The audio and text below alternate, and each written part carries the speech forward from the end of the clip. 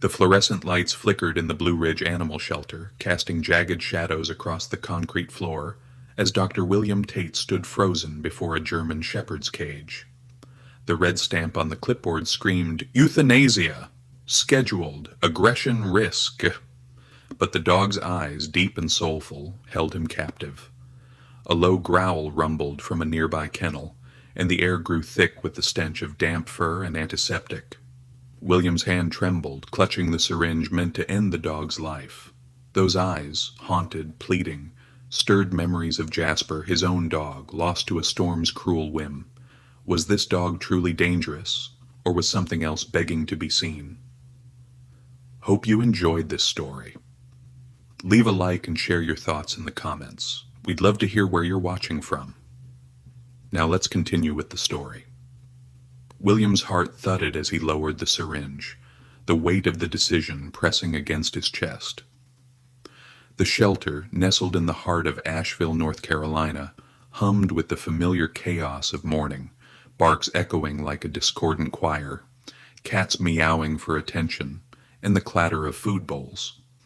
But this German shepherd, labeled Rusty, sat still in his cage, his thick fur matted but his posture regal. Unlike the frantic energy of the other dogs, Rusty's silence was unnerving, his brown eyes tracking William's every move with an intelligence that felt almost human. "Morning, Doc." Lucas Bennett, William's assistant, called from the far end of the kennel row, his voice bright despite the early hour. At 25, Lucas carried the easy optimism of youth, his sneakers squeaking on the polished floor as he distributed breakfast kibble.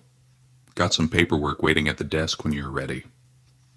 William nodded absently, his gaze still locked on Rusty. The clipboard dangled from the cage, its details stark. Intake 3 weeks ago. Bit 2 handlers.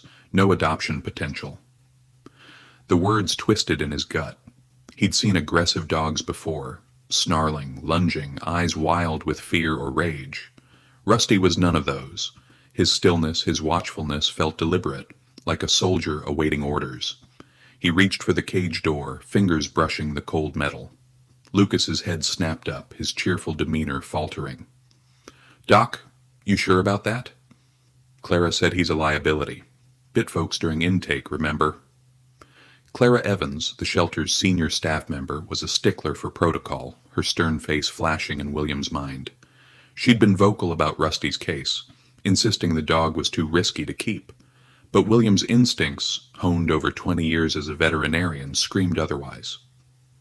He unlatched the door, ignoring Lucas's sharp intake of breath, and stepped inside. Rusty didn't move, his eyes steady, almost assessing. William knelt, his knees creaking, and extended a hand. The dog's nose twitched, sniffing cautiously, but there was no growl, no bared teeth. Instead, Rusty leaned forward just enough for William to catch a glimpse of something beneath the matted fur around his neck, a worn leather collar, nearly hidden. "Hold on, boy," William murmured, his voice soft as he parted the fur. His fingers brushed a metal tag, its edges dulled by time. He tilted it toward the flickering light, and his breath caught. Engraved in faint, deliberate letters were the words, "Please don't give up on me. Henry." The name hit like a thunderclap. Henry. Who was Henry? And why did this plea feel like a lifeline, not just for Rusty, but for William himself? He stood, the clipboard suddenly heavy in his hand, the euthanasia order glaring like an accusation. Memories of Jasper flooded back, the lab's joyful bounds through Asheville's trails, his warm weight beside William on lonely nights, and the storm that stole him away, leaving William to drown in guilt. He'd failed Jasper, hadn't he? But Rusty's eyes, so like Jasper's, seemed to whisper, "Not this time." "Doc?" Lucas's voice broke through, tentative now. He stood outside the cage, clutching a food bowl, his brow furrowed. "You okay?" "Clara's gonna flip if she hears you went in there." William's jaw tightened. "Something's not right, Lucas. Look at him. No snarling, no tension. This isn't an aggressive dog." He held up the collar tag, the words glinting faintly. "And this means someone cared about him. Someone named Henry." Lucas squinted at the tag, skepticism etching his young face. Could be old. Doesn't change the bites, Doc. Clara's pushing for the board to sign off by noon. Then we've got till noon to figure this out, William said, his voice firm despite the tremor in his hands. He slipped the collar back onto Rusty's neck, the dog's calm presence steadying him. Check the records. Any mention of a Henry connected to this dog? Owners, fosters, anything? Lucas hesitated, then nodded, heading toward the office with a reluctant, "Yes, sir." William lingered, stroking Rusty's head. The dog's tail gave a single cautious wag, and for the first time that morning William felt a spark of hope. He left the shelter an hour later, the mountain air crisp against his skin as he walked to Battery Park Book Exchange, a cozy Asheville cafe where bookshelves lined the walls and the scent of pecan pie hung heavy. Settling into a worn leather chair, he sipped black coffee, the caller's message replaying in his mind. Please don't give up on me. The cafe buzzed with locals, artists sketching, retirees swapping stories, a server calling, "Hey y'all," to a new table. This was Asheville, a town of second chances, where broken things were mended with care. Could Rusty be one of them? William's fingers traced the rim of his mug, his thoughts drifting to Jasper. The accident had been 4 years ago. A rain-slicked road, a moment's distraction. He'd shut out the world after, burying himself in work, but Rusty's eyes had cracked that armor. If Henry was out there, if Rusty had a story, William would find it. He owed the dog that much. And maybe, just maybe, he owed himself. Back at the shelter, Lucas would be digging through files and Clara would be watching, her disapproval a gathering storm. William knew the fight ahead. Convincing the board, defying protocol, facing a town quick to fear what it didn't understand. But as he drained his coffee, the taste of pecans lingering, he felt a resolve he hadn't known in years. Rusty wasn't just a case file. He was a mystery, a plea, a chance to right a wrong.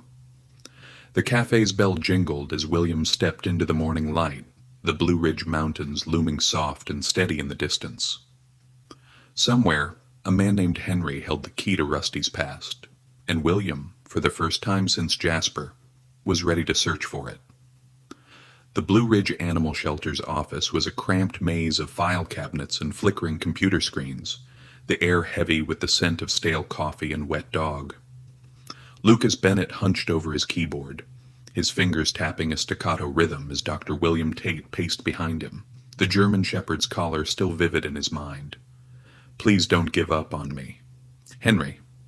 The words had seared themselves into William's thoughts, a plea that felt like more than a pet owner's hope. It was a cry across time, a lifeline for a dog who'd been branded a killer. Rusty, confined to his cage, had watched William leave with those soulful eyes, and now, in the dim glow of the office, William felt the weight of a promise he hadn't yet spoken. Anything yet? William asked, his voice taut, betraying the urgency that had kept him awake since finding the collar. His graying hair caught the light, and his hands, rough from years of tending animals, clenched at his sides. Lucas, barely out of vet school, glanced up, his youthful optimism dimmed by the task's gravity. Still digging, Doc, Lucas said, scrolling through the shelter's database. No Henrys in our adoption records, but I'm cross-checking lost pet reports. Guy like that, with a dog like Rusty, doesn't just vanish, right? His tone lifted, trying to ease the tension, but William's frown deepened. The shelter's morning bustle filtered through the walls, barks, the clink of metal gates, a volunteer coaxing a shy cat from its crate. William's mind drifted to Jasper, his lab, whose joyful bounds through Asheville's trails had once been his anchor. The storm that took Jasper 4 years ago had left a void, a guilt that gnawed at William's edges. Rusty wasn't Jasper, but those eyes, that quiet intelligence, felt like a second chance. Not just for the dog, but for him. A ping from the computer snapped William back. Lucas leaned forward, his eyes widening. Got something. Local news archive, 8 months back. He clicked, and a grainy article loaded. Local Veteran Service Dog Missing After Flood. The headline hit William like a punch. The story detailed Henry Sullivan, a decorated Afghan veteran, whose German Shepherd vanished during a French Broad River flood. The description was unmistakable: black and tan coat, white chest patch, steady demeanor. A photo showed a proud dog at Henry's side, identical to Rusty. "That's him," William whispered, his finger tracing the screen. The white patch on Rusty's chest, the one he'd noticed in the cage, was there in the image, a perfect match. His heart raced. "Henry Sullivan, where is he now?" Lucas scrolled, his brow furrowing. "Doesn't say. Last seen searching the riverbanks, but after the flood he dropped off. No address, no follow-up." He hesitated, glancing at William. "Doc, if this is Rusty, he's been out there alone for months. How's he still so calm?" William didn't answer, his mind spinning. A service dog, trained to protect, to endure, wouldn't lash out without reason. The bites during intake, the aggression label, something didn't add up. He thought of Jasper, how fear could masquerade as fury in a dog's heart. "We need more," he said finally. "Keep looking. Vet records, microchip scans, anything." Lucas nodded, but his expression shifted as footsteps approached. Clara Evans, the shelter's senior staff, appeared in the doorway, her silver hair pulled tight, her lips a thin line. "Doctor? Tate, a word?" Her voice was clipped, her arms crossed over her clipboard. "I hear you're refusing to sign off on that German Shepherd. The board expects the euthanasia by noon." William's jaw tightened. Clara was all rules and caution, her years at the shelter hardening her to tough calls. "I'm not signing until we know more," he said, holding up the article printout. "This dog's a veteran service animal, Clara. He's not dangerous. He's lost." Clara's eyes narrowed, scanning the paper. "Lost or not, he bit 2 handlers. We can't risk liability. The board won't budge, and neither will I." She paused, softening slightly. "I know you're still hurting over Jasper, William, but this isn't your fight." The mention of Jasper stung, but William stood firm. "It's not about me, it's about Rusty. I'm taking him home for observation, 48 hours. Protocol allows it." Clara's face darkened. "Against my advice. If that dog hurts someone, it's on you." She turned, her heels clicking as she left, the warning hanging like smoke. William exhaled, his resolve hardening. He returned to Rusty's cage, where the dog sat, ears perked, as if sensing the battle fought in his name. "You're coming with me, boy," William murmured, clipping a leash to the worn collar. Rusty stood, his movements deliberate, staying close as they exited the shelter into Asheville's crisp morning air. At William's modest bungalow, nestled among dogwood trees, Rusty hesitated at the threshold, his nose twitching at the unfamiliar sense of wood polish and old books. William gave the leash slack, letting the dog explore. Rusty moved cautiously, his body low, eyes scanning the living room's plaid sofa and framed photos of Jasper. A sudden knock startled them both, and Rusty's ears flattened, a low whine escaping. "Uncle William!" Sophie, his 16-year-old niece, burst through the door, her backpack slung over one shoulder, her auburn hair catching the sunlight. Her eyes widened at Rusty. "Oh my gosh, since when do you have a dog?" "It's complicated," William said, rubbing his neck. "He's here for observation, shelter business." He explained Rusty's story, the collar, the article, the flood. Sophie knelt, keeping her distance, her voice soft. "Hey, sweet boy," she cooed. Rusty's tail flicked, a tentative wag, and Sophie grinned. "He's no biter, Uncle William. Look at him. He's just scared." Her animal behavior studies, a passion sparked by Asheville's holistic community, shone through. "We should check the Veterans Center. Someone there might know Henry." William nodded, impressed by her instinct. "Good idea. Tomorrow morning, you're with me." As Sophie chattered about her classes, Rusty settled near her, his breathing steadying. William watched, a flicker of hope warming his chest. Maybe Sophie was right. Maybe Rusty just needed someone to believe in him. But Clara's warning and the town's quick judgment loomed like storm clouds. Finding Henry was their only shot. The Veterans Center on Pine Street was a modest brick building, its flag snapping in the mountain breeze, the faint aroma of coffee and old books wafting from its open door. William and Sophie stepped inside, Rusty's leash taut as he scanned the room, his nose working overtime. Elderly veterans played chess in worn armchairs, their laughter mingling with the clink of mugs. A receptionist glanced up, but before William could speak, a voice cut through. "That dog." Captain Margaret Holt, silver hair cropped military short, stood from a corner table, her posture ramrod straight despite her age, her eyes locked on Rusty, recognition flashing. "That's Valor, Henry Sullivan's dog." William's pulse quickened. "You know him?" He and Sophie approached, Rusty's ears perking at Margaret's voice. The captain knelt, her hands trembling as she stroked Rusty's fur, the dog leaning into her touch. "Know him?" "Valor saved my unit in Afghanistan," Margaret said, her voice thick. "Bomb detection, nerves of steel. He and Henry were inseparable, two souls forged in hell." She stood, her gaze distant. "Henry was a sergeant, one of the best. Valor sniffed out IEDs, warned us of ambushes, saved dozens of lives, that dog." Sophie's eyes widened, her notebook already out. "What happened to them?" she asked, pen poised, her curiosity mirroring Asheville's storytelling spirit. Margaret sighed, settling into a chair, gesturing for them to join. "They came home 3 years back. Henry struggled. Nightmares, crowds set him off. Valor was his anchor. But at a parade, 4th of July, some idiot set off fireworks." Her voice hardened. Valor panicked, combat instincts kicking in.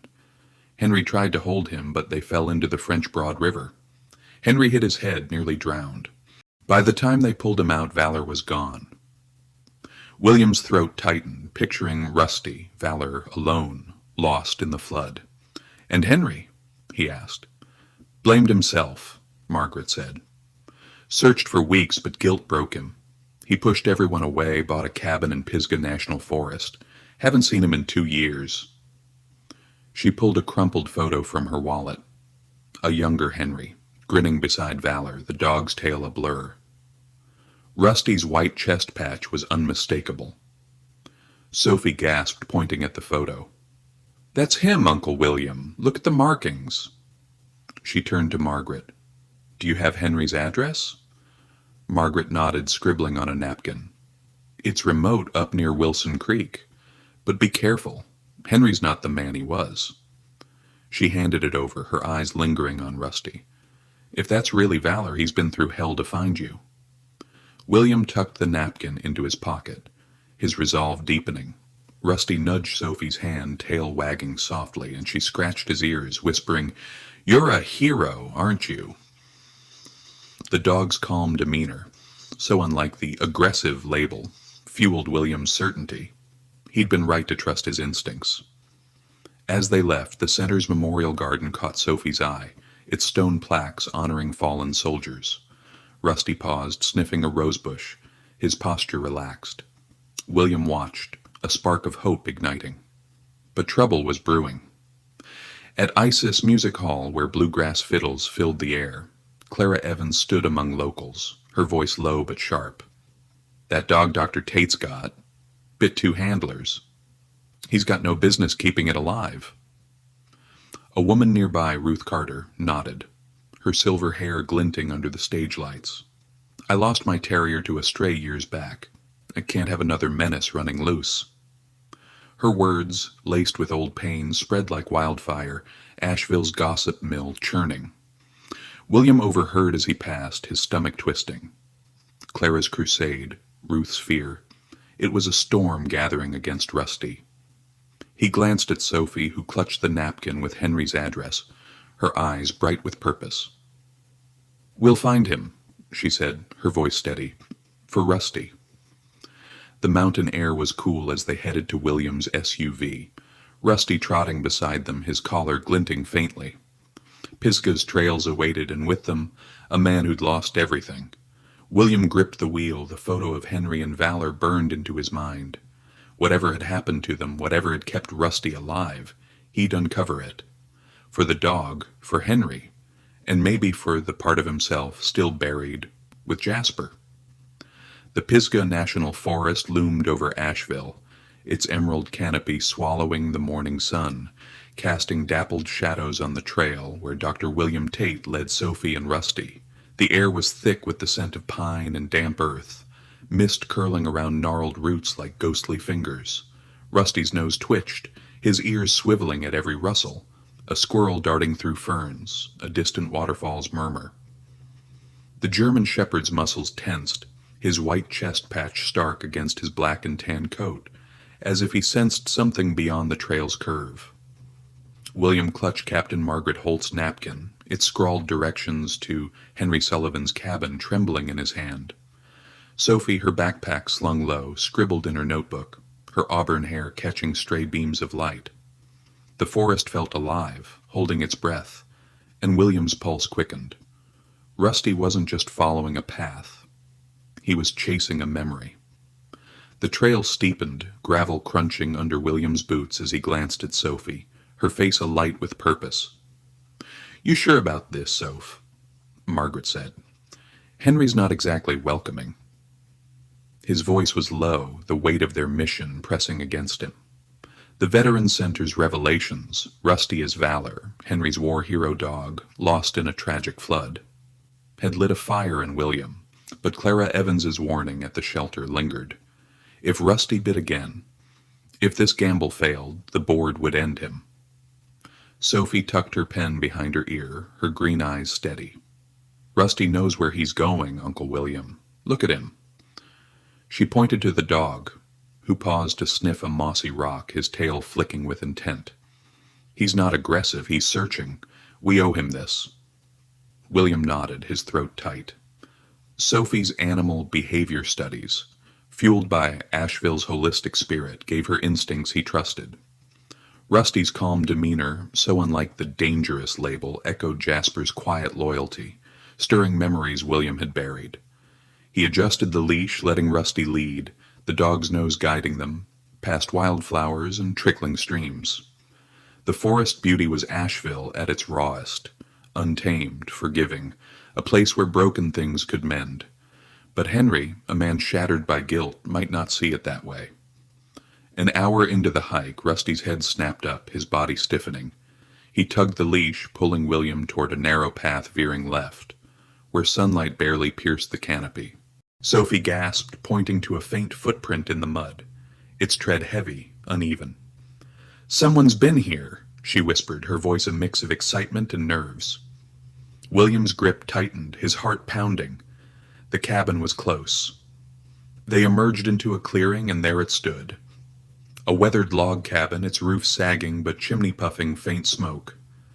Military medals glinted through a dusty window, pinned to a corkboard beside a neatly made bed. A steaming coffee mug sat on the porch, its handle chipped, as if its owner had just stepped away. Rusty whined, low and urgent, his tail wagging faintly. William's breath caught. This was Henry's sanctuary, a fortress against the world. Before he could knock, a gruff voice barked, "Get off my land!"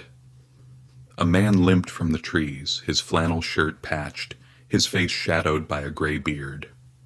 Henry Sullivan's eyes, once bright in Margaret's photo, were now hollow, his limp pronounced as he gripped a walking stick.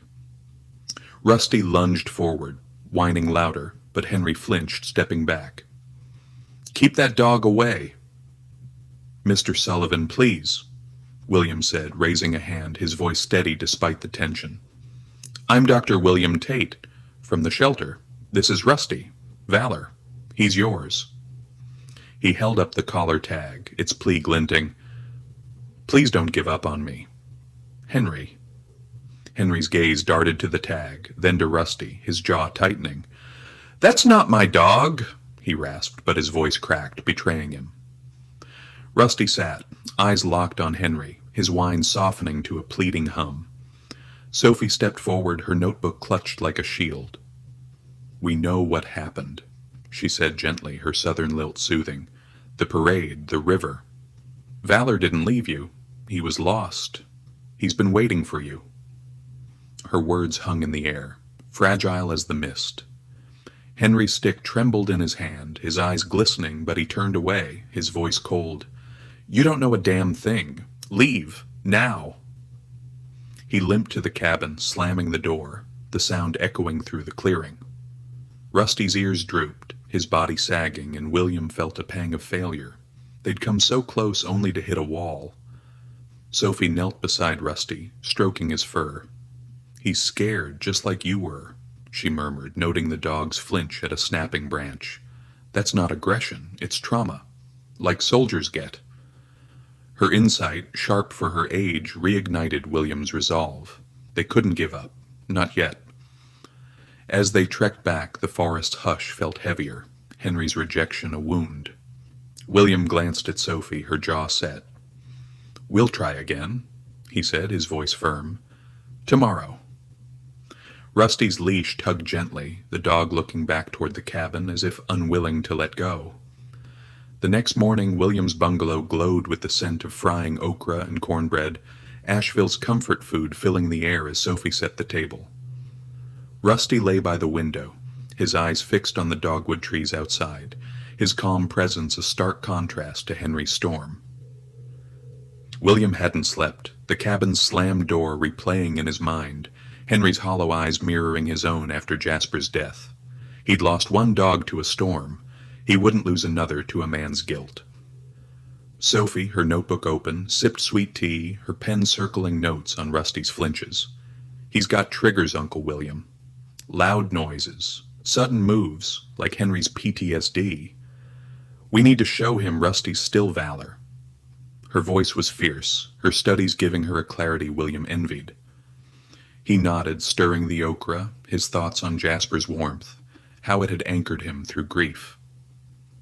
Henry needed that anchor, even if he couldn't see it. A knock interrupted, and William opened the door to find Henry standing there, his flannel cleaner, his limp less guarded. Rusty leaped up, tail wagging furiously, but Henry froze, his hands clenching. I don't know why I'm here, he muttered, his voice rough. Saw you leave yesterday. Couldn't stop thinking about, him. William's heart lifted, but he kept his tone even. Come in, Henry. Let's talk. He gestured to the table where Sophie poured tea, her smile warm.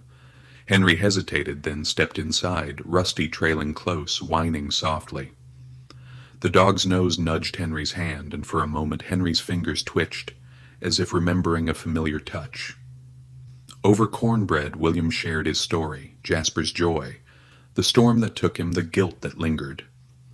I see Rusty's eyes, and I see Jasper, he said, his voice thick. He's not dangerous, Henry. He's waiting for you, like he's been waiting all this time. Sophie slid the collar across the table, its tag glinting. We found this on him, she said, her voice soft but firm. Please don't give up on me. You wrote that, didn't you? For valor.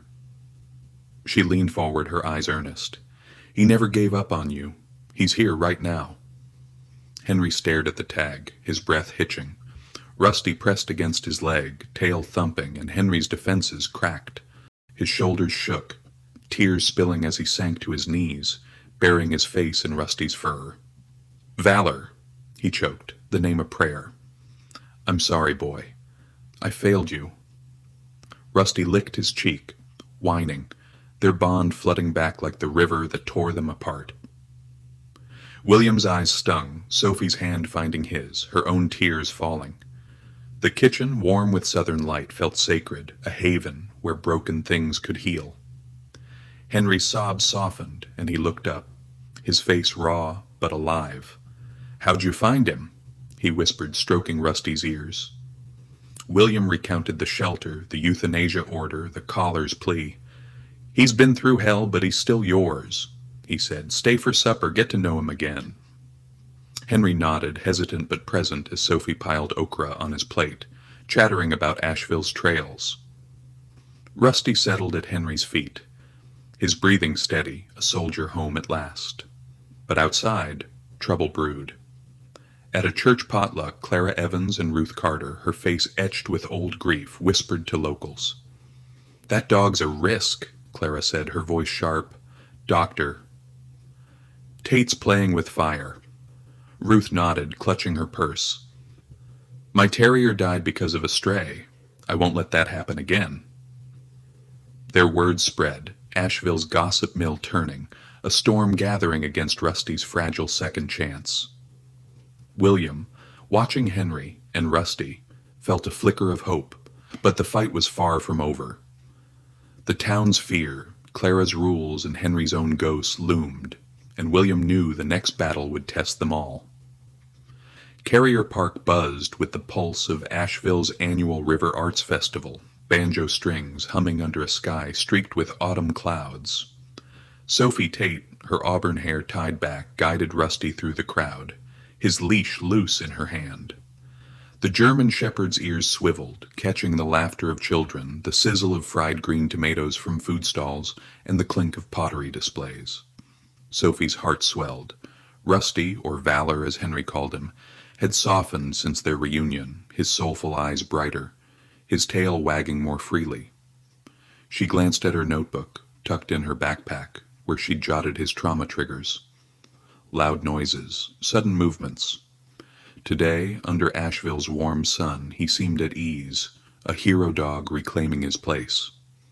The park, nestled along the French Broad River, was alive with color.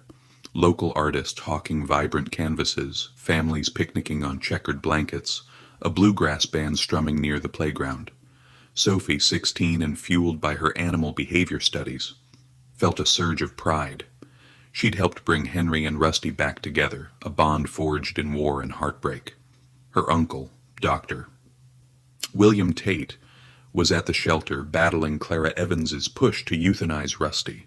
But Sophie believed in this moment, Rusty's calm stride, the town's vibrant spirit. Asheville was a place of second chances, wasn't it? A sharp pop shattered the air, a balloon bursting near the bounce house. Rusty's body stiffened, his ears flattening, a low growl rumbling in his throat. Sophie's stomach dropped. The sound, so like a gunshot, ripped through Rusty's calm, his eyes wild with memory. Afghanistan's chaos, the parade's fireworks. Before she could tighten the leash, he bolted toward the playground, where a boy, Ben, teetered on a swing, his small hands slipping. Rusty's paws pounded the grass, his focus razor sharp, and he leaped, catching Ben's shirt in his jaws, pulling him safely to the ground. Screams erupted.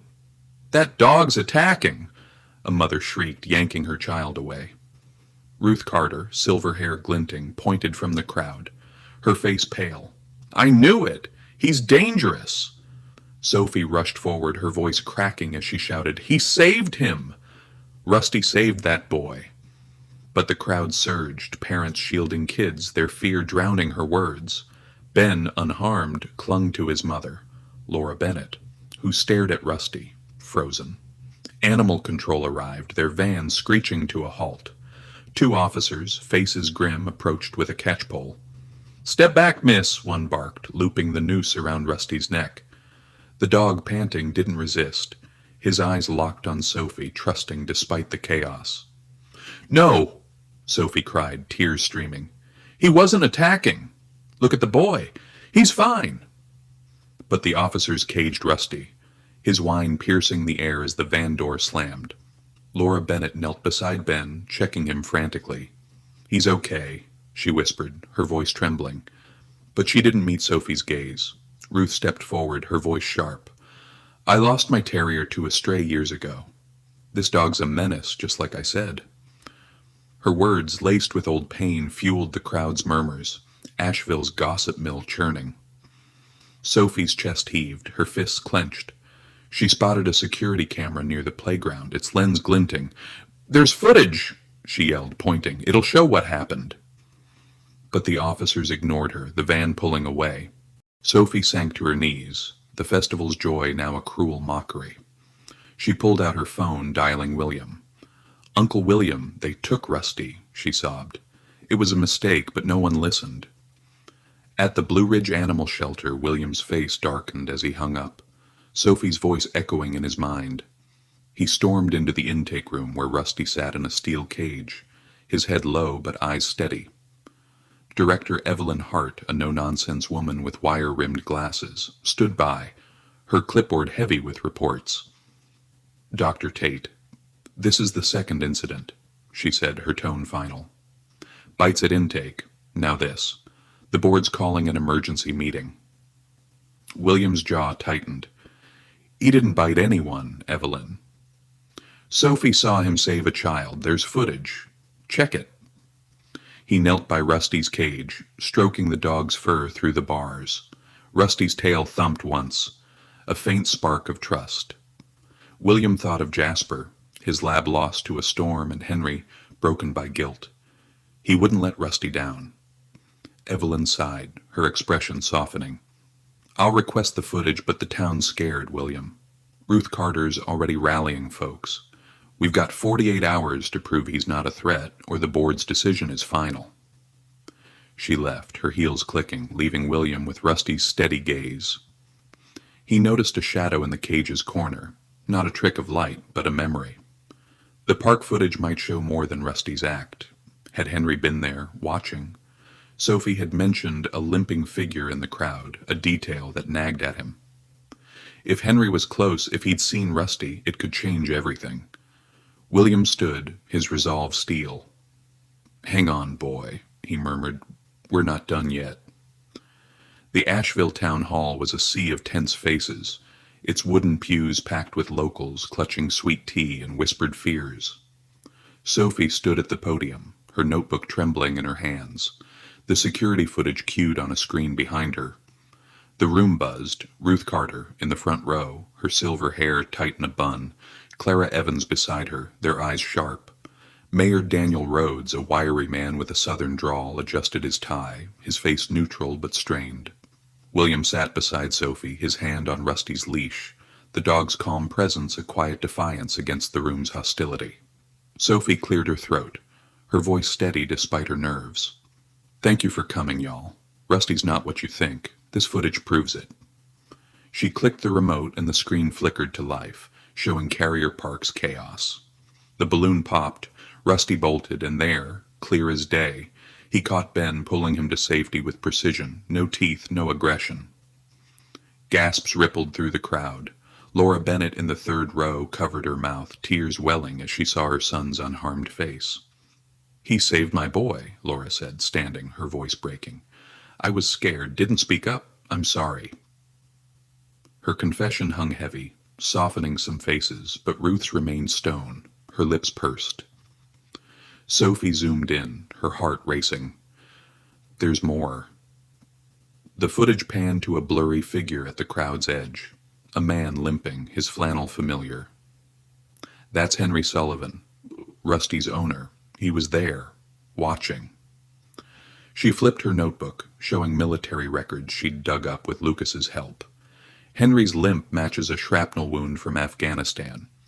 He's been near, but he's hiding. The council murmured, Mayor Rhodes leaning forward. "Miss Tate, you're saying this dog's owner is local. Where is he?"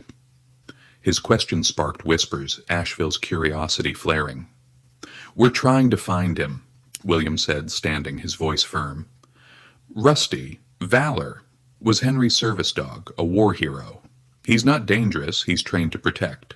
The park proves it." He gestured to Rusty, who sat calmly, eyes scanning the room, a soldier at ease. Ruth stood, her voice cutting through. "Hero or not, he scared folks. My terrier died because of a stray. I won't risk that again." Her pain was raw, but Sophie caught a flicker in her eyes, a memory of loyalty like her dog's. It gave her hope. Clara nodded, her clipboard raised. "The shelter's had complaints, Mayor. That dog's a liability. We can't ignore protocol." Her words rallied some, but Laura's tearful nod to Sophie shifted others. The room divided. Evelyn Hart, the shelter director, rose. "I've seen the footage," she said, her tone measured. "I'm granting 48 hours for evaluation, but the board needs more. Testimony. Proof this dog's safe." She looked at William, a silent challenge. "Find this Henry Sullivan, Doctor. Tate. Or the decision's out of my hands." The council adjourned, the crowd spilling into Asheville's evening air, where a contra dance at the Grey Eagle pulsed with fiddles and laughter. Sophie and William lingered, Rusty at their side. Laura approached, her face flushed.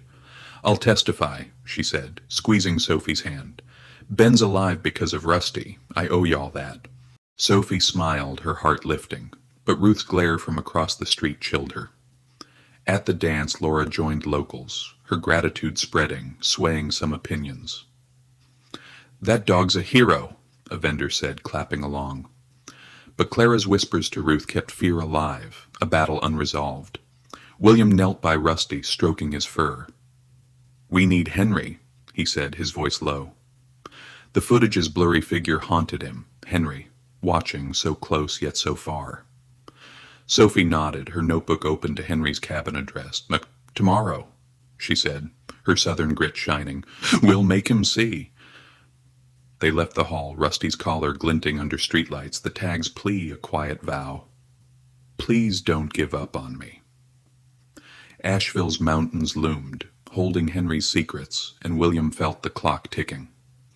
The hearing had bought time, but the town's heart was split, and only Henry's voice could tip the scales. For Rusty, for valor, they'd climb Pisgah again, ready to face a soldier's silence. The Pisgah National Forest exhaled a damp, earthy breath as Dr. William Tate and Sophie trudged back to Henry Sullivan's cabin, the trail slick with morning dew. Rusty, the German shepherd, padded beside them, his white chest patch catching stray sunlight, his ears twitching at the rustle of leaves. The weight of the town hall's verdict, 48 hours, to prove Rusty's innocence, pressed on William's shoulders, heavier than the backpack he carried. Sophie clutched her notebook, her auburn hair damp from mist, her green eyes fierce with purpose. The footage of Rusty saving Ben at Carrier Park had swayed some, but Ruth Carter's fear and Clara Evans's rules loomed like storm clouds over Asheville. Henry, the key to Rusty's fate, was their last hope, but his rejection at their last meeting gnawed at William's resolve. The cabin came into view, its sagging roof and smoking chimney unchanged, but the air felt charged, as if the forest sensed the stakes. Rusty's tail flicked, his nose working, and William's pulse quickened. He thought of Jasper, his lost lab, whose loyalty had once anchored him. Rusty's calm, despite the shelter's cage and the town's judgment, was a mirror of that loyalty. A plea not to fail again. Sophie paused, jotting a note about Rusty's flinches at a snapping twig. "He's like Henry," she whispered, "both carrying scars from the same war." William nodded, his throat tight. Sophie's animal behavior studies, steeped in Asheville's holistic ethos, gave her insight beyond her 16 years. "Let's hope he listens this time," he said, knocking on the cabin door. No answer. He knocked again, louder, the sound echoing through the clearing. Rusty whined, pressing against the door, his tail wagging faintly. The door creaked open and Henry stood there, his flannel cleaner, his gray beard trimmed, but his eyes still hollow, his limp pronounced as he leaned on his walking stick. "You again," he growled, his voice rough but less hostile. "Told you to leave me be." Rusty nudged Henry's hand, a low hum in his throat, and Henry's fingers twitched, a flicker of recognition crossing his face. "Mr. Sullivan, please," William said, his voice steady. "The town's deciding Rusty's fate tomorrow. They think he's dangerous, but you know he's not. We need you to tell them who he is. Valor, your partner."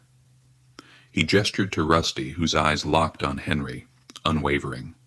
Henry's jaw tightened, his gaze darting to the dog, then away. "Don't know what you're talking about," he muttered, but his voice cracked, betraying him. Sophie stepped forward, her notebook open, her southern lilt gentle but firm. "We saw you at the park, Henry," she said, showing a grainy still from the footage. A limping figure, unmistakably him. "You were watching Rusty save that boy. You know he's still Valor, still protecting people, just like he protected you." Her words hung in the misty air, soft, but piercing. Henry's stick trembled, his eyes glistening. "You don't get it," he rasped, pacing the porch, his limp heavy. "I lost him. That parade, those damn fireworks, I let him go. He was my responsibility, and I failed." His voice broke, raw with guilt, and Rusty pressed closer, resting his head on Henry's knee. A gesture so familiar it stopped Henry cold. William saw his chance. "I lost my dog, too," he said, his voice thick. "Jasper, my lab. A storm took him, and I've carried that guilt ever since. But Rusty's here, Henry, giving us both a chance to make it right. He's not just a dog, he's your family." He paused, meeting Henry's eyes. "The town needs to hear your story." "For valor." Sophie knelt beside Rusty, her hand on his fur. "I've been studying him," she said, her voice earnest. "His flinches, his triggers, they're like yours from the war. You're both fighters, but you're both scared. Tell them that, Henry. Show them he's not a monster."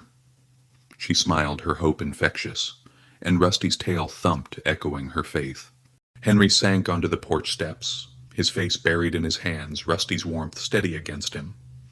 The forest was silent save for a distant hawk's cry, and William held his breath. Henry looked up, tears carving tracks through his weathered face. "I can't face them," he whispered, "Asheville. They'll see a failure, a man who let his dog drown." "You're not a failure," Sophie said, her voice fierce. "You're a hero, and so is he. Come with us, Henry." "For valor." She held out the collar tag, its plea glinting. "Please don't give up on me." Henry took it, his fingers trembling, and nodded, a single shaky gesture. "All right," he said, his voice barely audible. "For him." Rusty licked his hand, a soft whine sealing their pact, and William's chest loosened, hope flaring like Asheville's morning sun. As they left, Sophie glanced back, noting Henry's softened posture. "He's coming around," she said, her notebook tucked away. But William's relief was tempered. At Biltmore Village's market, Ruth Carter's voice carried over stalls of local jams and pottery, her silver hair glinting as she spoke to Laura Bennett. "That dog's a risk," Ruth said, her tone sharp. "I lost my terrier to a stray. Can't let it happen again." Laura, her face torn, shook her head. "He saved my Ben, Ruth. You saw the footage."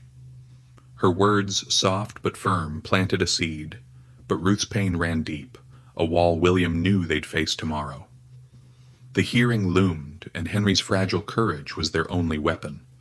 The Asheville town hall brimmed with tension, its oak-paneled walls absorbing the murmurs of a packed crowd. Sophie stood at the back, her notebook clutched, her heart pounding, as Henry took the podium, his flannel pressed, his limp stark under the fluorescent lights.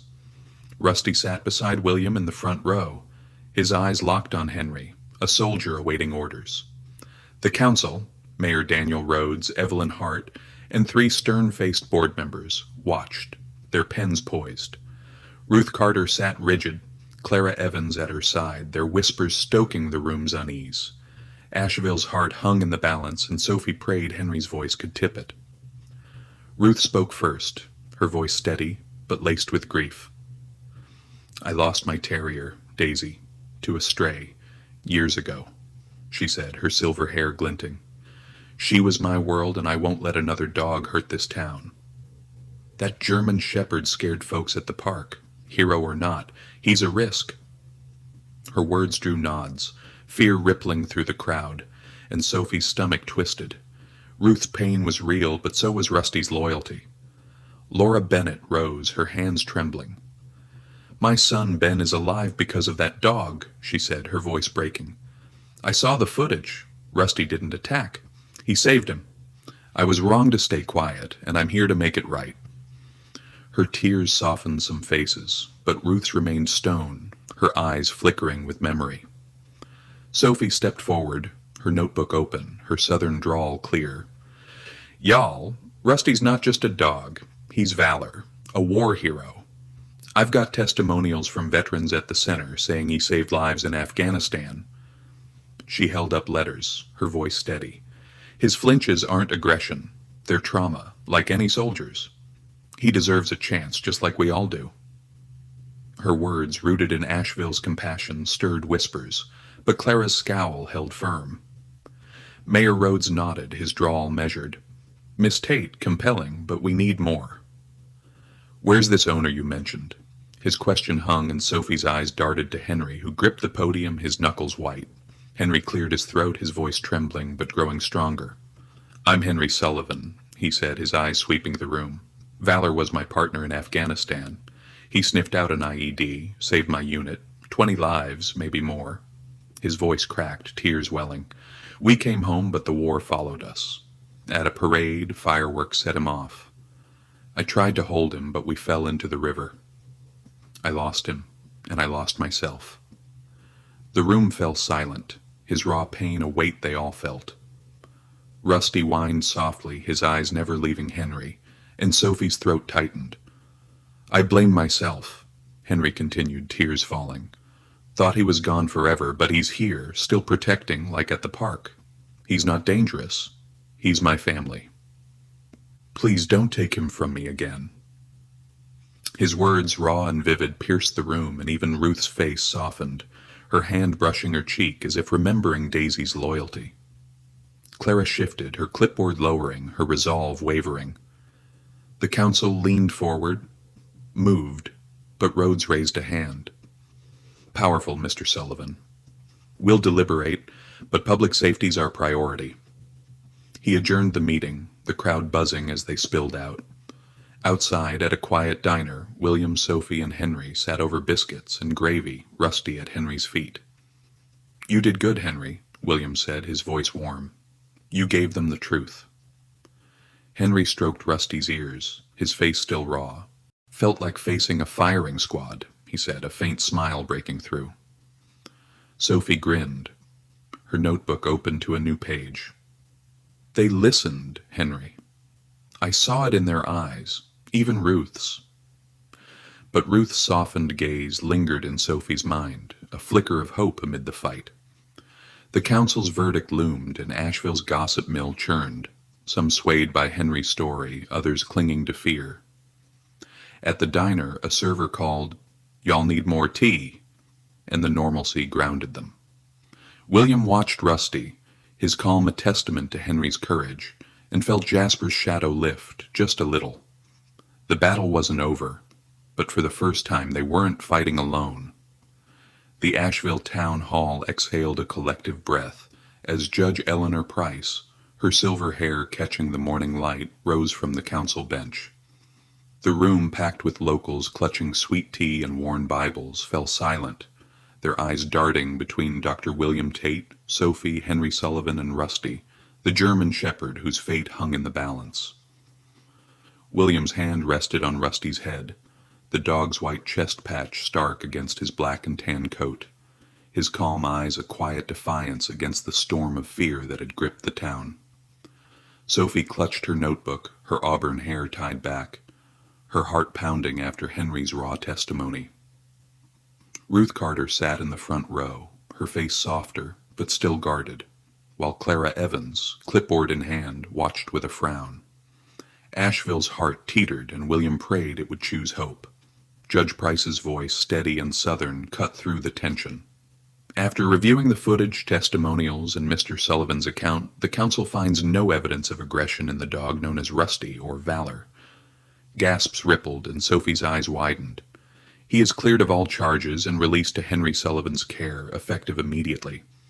Cheers erupted, drowning Ruth's sharp inhale.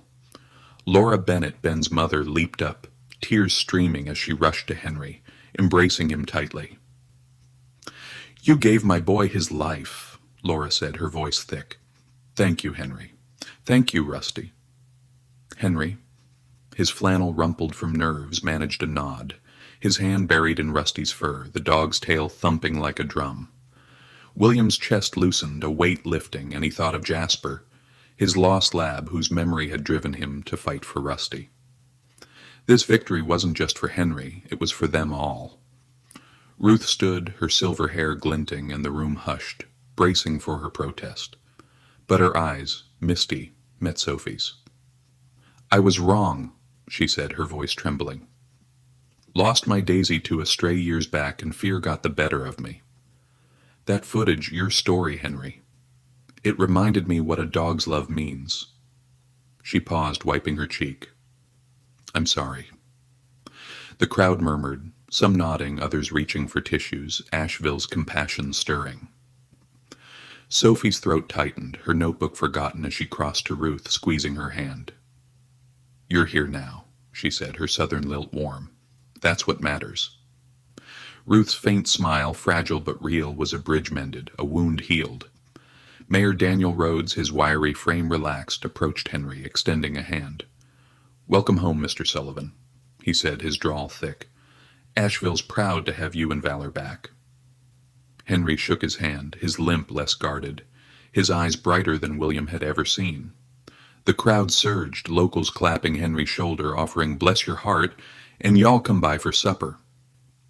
Asheville's warmth, once a wall of fear, now embraced them. Clara Evans lingered by the door, her clipboard lowered, her stern face softened. You proved me wrong, Doctor. Tate, she said, her voice low. Maybe we all needed this. William nodded, no grudge in his heart. Clara had fought for safety, but Rusty had fought for hope, and hope had won. That evening, William's bungalow glowed with the scent of shrimp and grits, a southern feast laid out on his oak table. Henry, Sophie, Laura, and Ben sat around it, Rusty sprawled at Henry's feet, his tail sweeping the floor. Sophie piled grits on Ben's plate, chattering about her animal behavior studies, while Laura laughed, her relief palpable. William watched, a quiet joy settling in his chest. This was family, not by blood, but by choice, forged in Asheville's crucible of second chances. Donations poured into the shelter, locals inspired by Rusty's story. And Evelyn Hart called mid-meal, her voice crackling with excitement. We're launching a program, Second Chances, for trauma-stricken animals. Rusty's the face of it. William grinned, raising his tea glass. To Rusty, he said, and the table echoed. To Rusty. The dog's ears perked as if he understood, and Henry's smile, once a rarity, held steady.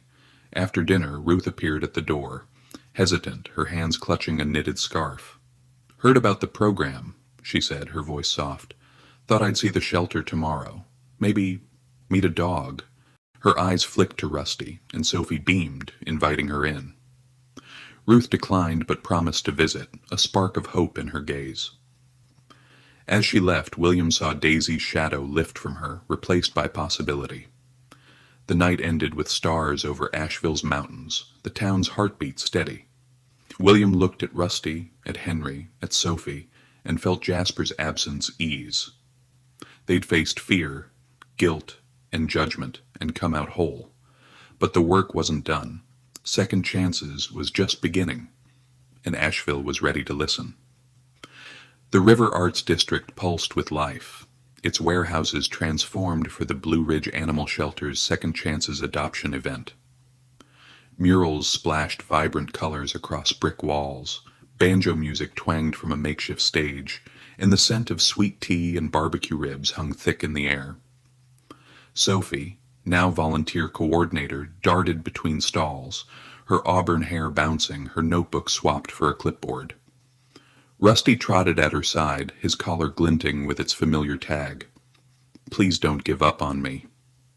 The German Shepherd, once marked for death, was the event's heart, his story drawing crowds from across Asheville.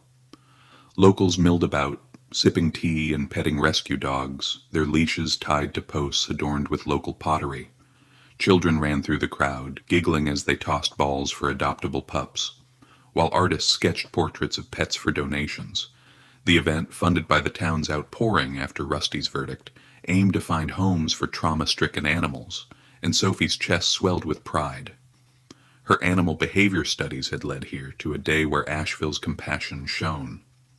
William stood by a stall introducing Daisy, a lab mix with Jasper's warm eyes, to his home. He'd adopted her that morning, her playful bounds easing the ache of his lost lab. You're home, girl, he murmured, scratching her ears, and Daisy's tail wagged, a mirror of Rusty's joy. William scanned the crowd, spotting Henry near the stage, his flannel pressed, his limp less guarded. Henry's confidence, fragile at the hearing, had grown, and today he'd agreed to speak, a step William hadn't dared hope for. Sophie took the stage, her southern drawl clear over the microphone. "Y'all, welcome to Second Chances," she said, the crowd cheering. "This is about giving every animal a shot like we gave Rusty." She gestured to the dog, who sat proudly, his white chest patch gleaming. "He's Valor, a war hero, and he's why we're here." She demonstrated his training. Sit, stay, a gentle fetch, his precision drawing gasps and applause. Children rushed forward, petting Rusty, calling him Hero Dog, and Sophie's eyes stung, her heart full. Ruth Carter approached, her silver hair loose, her face softer than Sophie had ever seen. She knelt by a shy terrier, its eyes wide but curious. "Reminds me of my Daisy," Ruth said, her voice thick. Sophie crouched beside her, smiling. "She's called Hope," Sophie said, handing Ruth a leash. "Want a walker?"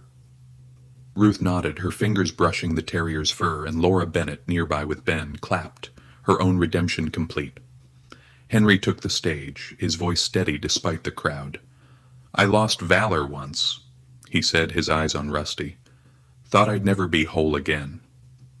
But Asheville, y'all gave us a second chance. This program, it's for dogs like him, for people like me."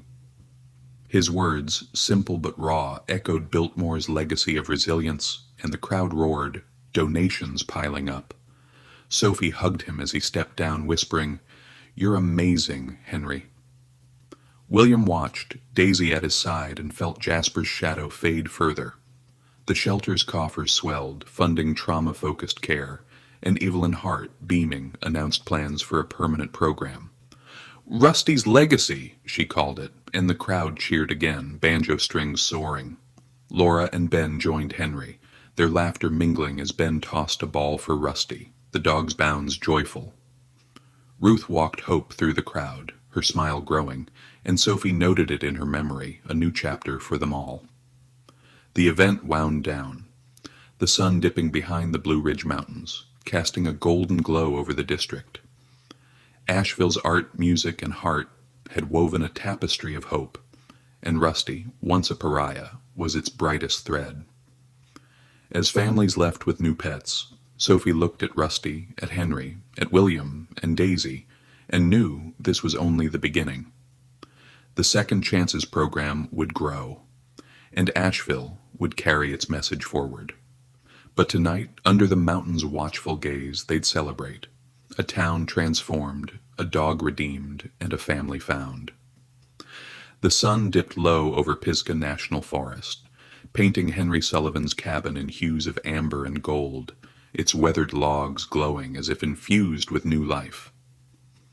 The once lonely refuge, tucked among whispering pines, now pulsed with warmth, the scent of smoky ribs and blackberry cobbler wafting from an open window. Dr. William Tate stepped onto the porch, his boots creaking, a bottle of Asheville's craft beer in hand. Sophie followed, her auburn hair catching the evening light, her laughter mingling with the chatter inside. Rusty, the German shepherd, bounded past, his white chest patch flashing as he chased Ben, Laura Bennett's young son, across the clearing. The dog's tail wagged like a metronome, his soulful eyes bright with joy. This was no longer a place of isolation, it was a home, reborn through Asheville's stubborn southern heart. Inside, the cabin hummed with life. Henry, his flannel rolled at the sleeves, tended a sizzling grill, his limp softened by purpose. Laura arranged cornbread on a table adorned with local pottery, her smile easy, her hands steady after months of guilt. Ben darted between chairs, clutching a toy soldier, his giggles a melody that softened the room's rough edges. William set the beer down, his gaze sweeping the scene, a quiet awe settling in his chest. He thought of Jasper, his lost lab, whose absence had driven him to save Rusty. That fight against Clara's rules, Ruth's fear, Henry's guilt, had led here, to a family forged not by blood but by shared redemption. Sophie plopped into a chair, her notebook absent for once, her green eyes sparkling. "Smells like heaven, Henry," she said, her southern drawl thick. "You sure you're not opening a barbecue joint?" Henry chuckled, a sound William hadn't heard until tonight, and flipped a rib with a flourish. "Don't tempt me, kid," he said, his voice lighter, his gray beard framing a smile that had been rare a month ago. Laura passed William a plate, her touch warm. "You started this, you know," she said, her voice low. "If you hadn't fought for Rusty, none of us would be here." Her eyes flicked to Ben, playing with Rusty, and William saw the weight of her silence at the park lift, replaced by gratitude. He nodded, his throat tight, the memory of Jasper's bounds through Asheville's trails fading into something softer. Hope, not loss. The table groaned under the weight of southern comfort, ribs slathered in molasses sauce, cornbread studded with jalapenos, cobbler bubbling in a cast-iron dish. Rusty settled at Henry's feet, his nose twitching, his calm presence a testament to the bond rekindled. William raised his beer, the glass catching the flicker of a kerosene lamp. "To second chances," he said, his voice steady but thick. The group echoed, "To second chances." Their voices weaving into the mountain air, a vow sealed in Asheville's embrace. As they ate, stories flowed, Henry's gruff tales of Afghanistan, softened by Rusty's heroics, Sophie's animated recounting of the Second Chances event, where Ruth adopted hope, Laura's quiet pride in Ben's newfound courage. William listened, his heart full, but his eyes kept drifting to Rusty, whose collar glinted faintly, its tag a silent mantra. "Please don't give up on me." That plea had carried them through fear, doubt, and a town's judgment, and now it anchored this moment, a promise kept. Sophie leaned back, her plate clean, and grinned at Henry. "You're different, you know," she said, her tone teasing but earnest.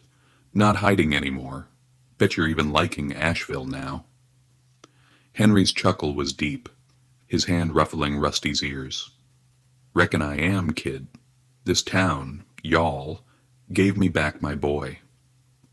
His eyes met William's, a silent thank you passing between them, soldier to soldier in their own wars. William stood, pulling a small box from his pocket. "Got something for you, Henry," he said, his voice soft.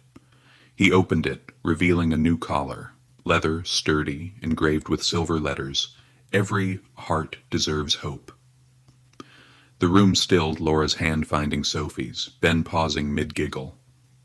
Henry took the collar, his fingers trembling, tears welling as he read the words. He knelt, unclipping Rusty's old tag and sliding it onto the new collar, his hands steadying as he fastened it around the dog's neck.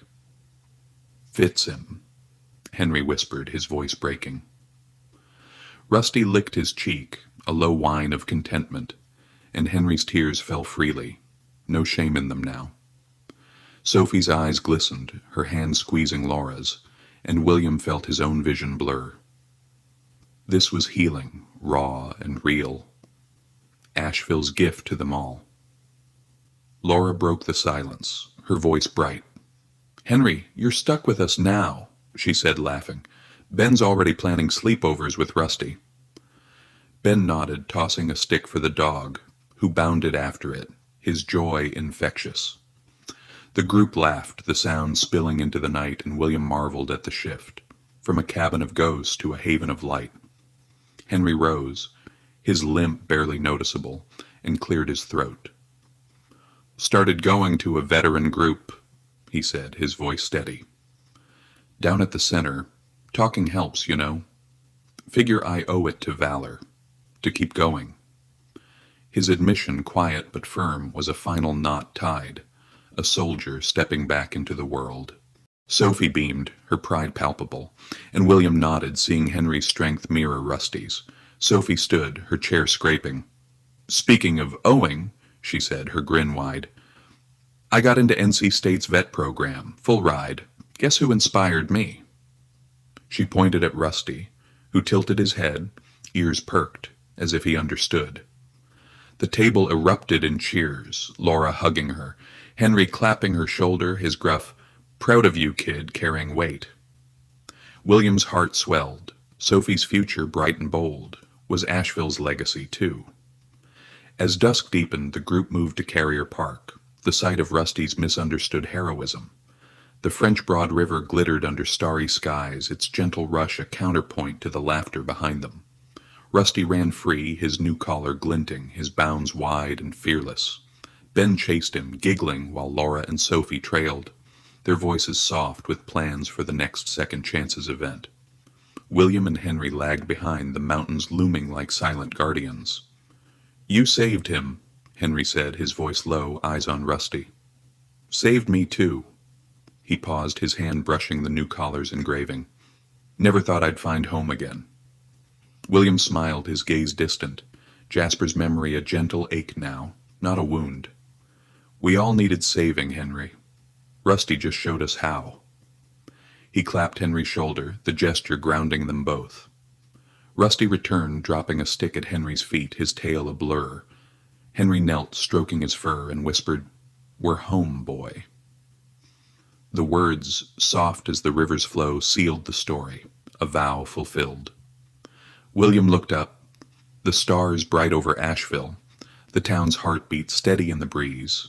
Laura's laughter, Sophie's chatter, Ben's squeals.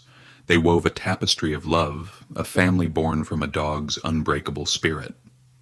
The group's footsteps faded into the night, Rusty's bounds leading the way, his collar a beacon of hope. Asheville's mountains stood watch, their shadows soft, and the story closed, not with an end, but with a beginning. A town transformed, a hero redeemed, and every heart, human and hound, finally home. I hope you enjoyed this story. Subscribe to my channel so you don't miss touching stories. Leave a like and then comment below what you thought of the emotional stories. See you in the next video.